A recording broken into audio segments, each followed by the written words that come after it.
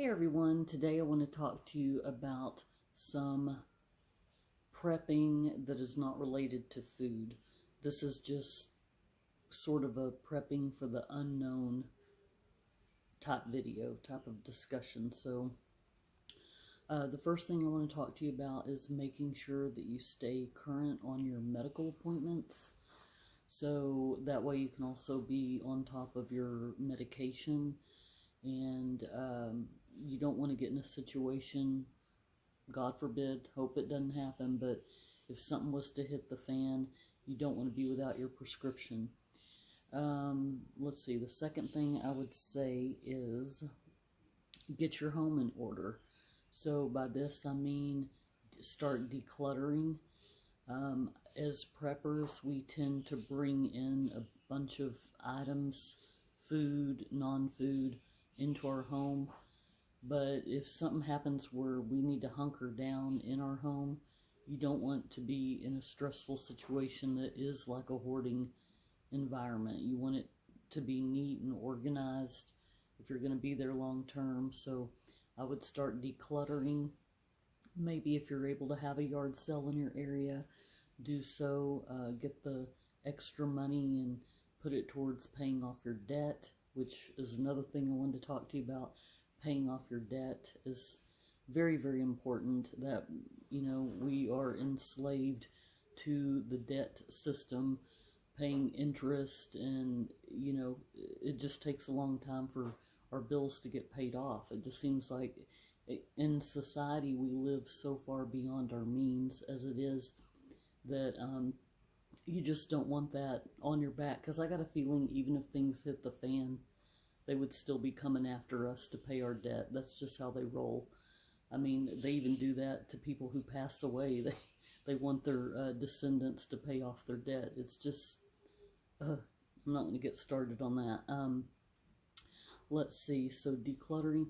Now, we've been in situations before here in Houston where we've lost power for a few days, and the worst thing you can do is to not have a tidy house when you lose power. So if you're able to stay on top of doing your laundry, doing your dishes, let's see what else, just having a clean home in general just makes you feel better, especially in a stressful situation. So I recommend that.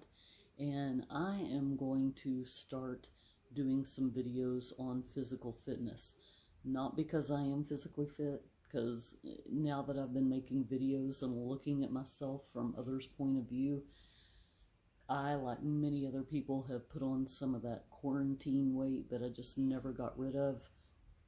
I had a hysterectomy about, I don't know, 5 or 6 years ago that kind of forced me into sort of an early menopause that's kind of having my metabolism is slowing down. And also, once you start prepping food items, a lot of these foods are so full of preservatives and high amounts of sodium. So I'm going to start a fitness journey.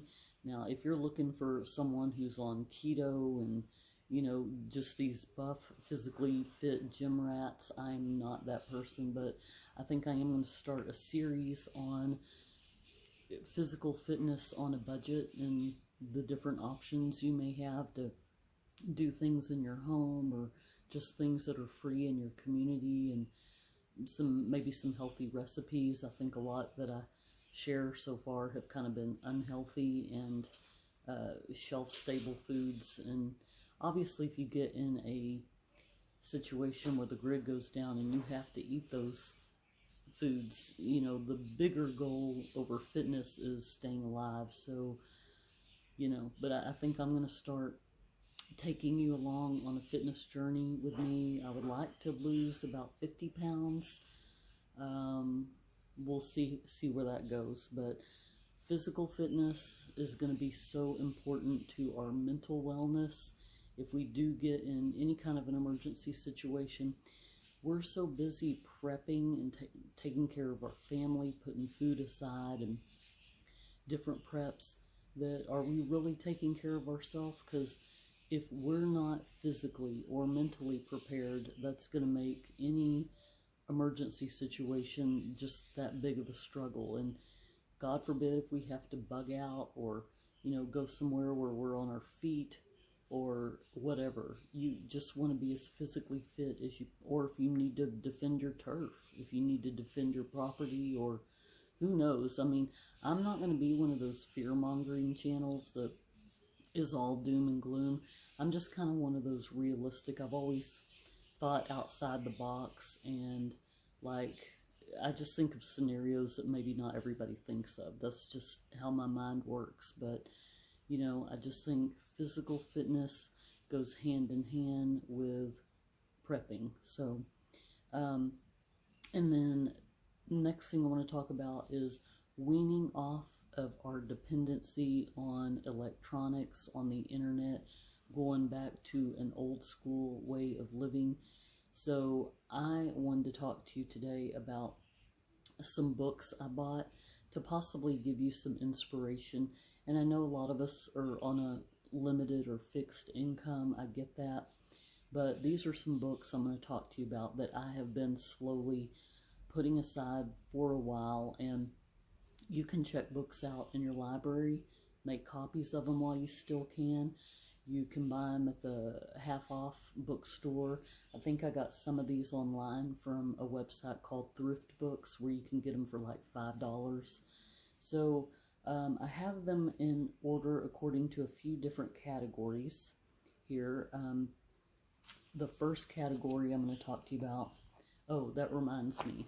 I know a lot of preppers do those where they put shelf-stable meals in these big Ziploc bags so they can have it on hand if they're in a stressful situation or if they need to bug out. They don't have to stop and think of a menu to feed their family. It's already there. It's a book, I believe it's called It's in the Bag. I forgot who wrote it, but I ordered it on Amazon. I must have got the last copy in print at that time. Maybe they've gotten more since then, but I sent it back because it had a damaged cover and spine and all that, and I was just like, no, I want one that's new. I paid for a new one, so I sent it back. Then they let me know that they were out of stock. I haven't been able to see it since. It's on back order, so but I will be doing an upcoming video on some of those It's in the Bag recipe ideas. Okay, sorry, had a squirrel moment. But the first category I want to talk to you about is if we have to cook outside. So I hope if you're prepping that you are working on alternative cooking methods such as camping stoves, fire pits, Dutch ovens, things like that.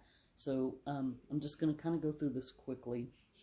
Feel free to pause if you want to see more about the title or whatever. But so this is like an easy campfire cooking, and it talks about using Dutch ovens and pie irons and those little fork pits that you hold over a fireplace. So that's an idea. This is my cooking outside category.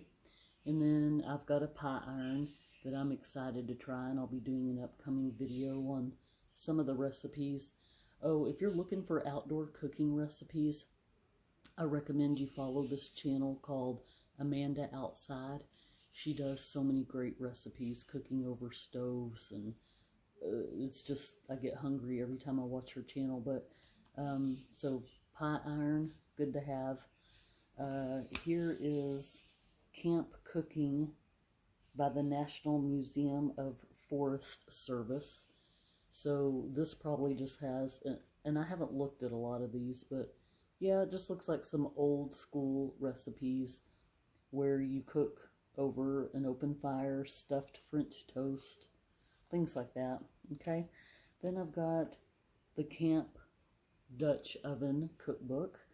My husband's a pro with the Dutch oven. I'm not. I have purchased a couple of these, and I'm going to be doing an upcoming episode on testing out our cooking preps that we've not yet used, because I need to be accountable and put my money where my mouth is, because I've told people in a previous video, make sure that you aren't just putting aside books telling you how to do things, but that you're actually implementing them and getting yourself familiar. Because if you get in a SHTF situation, the last thing you want is to not know how to do any of these things, because you'll be under pressure. You need to perfect your skill and your craft for when you get in those emergency situations. So this one I'm excited to look at, the substituting ingredients. I think I might have mentioned this one before. So as we're noticing shortages on the shelf, this has a lot of great ideas on what you can substitute if you're out of something. Substitute with something else that's already in your cupboards. So I'm excited to look at this one. I'm going to be doing a video on don't throw it, grow it, and just shows you all the different things you can replant and make more food out of, like your potatoes, just all your kitchen scraps. So, and I'm also going to have an upcoming video on things that are starting to get a little past their ripeness, and what you can do instead of throwing away, how you can salvage them and make them into something to eat. So be on the lookout for that. And I'm not even going to show you all the cookbooks. That's self-explanatory. You know what a cookbook is. But start looking at thrift stores, Goodwill, yard sales, and getting some recipes. Start writing down recipes, printing them off the internet while you can. This is the Prepared Family Cookbook by Enola Gay.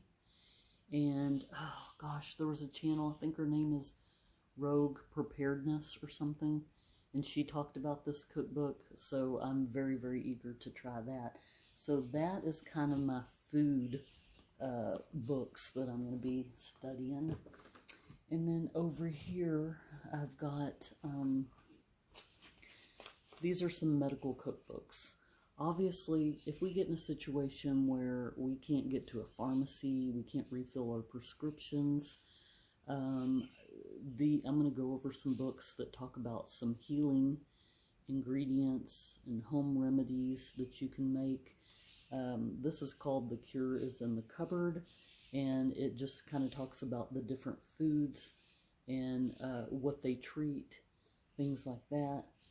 Here's a natural healing encyclopedia, and talks about, again, you just look up what your ailment is, and it will tell you what you can do naturally. Here is a the Prepper's Medical Handbook, and I not had a chance to look through this, but it looks like maybe it gives you some ideas on bug out bag type of first aid that you can put in your backpack, I'm guessing. See, this is what I'm talking about. I buy things and I haven't looked at them myself, but here is another 1001 Home Health Remedies. All right. Here's another book by Enola Gay, The Prepared Family Guide to Uncommon Diseases. And The Lost Book of Herbal Remedies. So that covers my books pertaining to health issues. And then what category was this over here? This is just kind of some how to survive off-grid SHTF situations. We've got The Scouting Guide to Survival. That's the first place I'd want to turn, honestly, because all the Boy Scouts I grew up with, and they knew how to filter nasty water and make it pure and drinkable, and, you know, just how to do first aid with a twig and a leaf. I don't know, just different things like that. So anything that the Boy Scouts learn is something that I want to know about too. So then how to survive off-grid, from backyard homesteads to bunkers. Here are some survival hacks. All right, and then when crisis hits suburbia. You know, I really hope that I don't need to reference too many of these books, but it's nice to have and gives me something to do if we do lose power, or just instead of being on my phone now, if I go somewhere and I'm waiting, I'm gonna just pick up one of my books and start educating myself. So that's it. That's all I got for now. Just kind of talking about getting prepared, non-food preparedness. And I hope that this helps you in some way. If you have any questions, feel free to drop them below. I hope you like and subscribe, and I look forward to talking to you soon.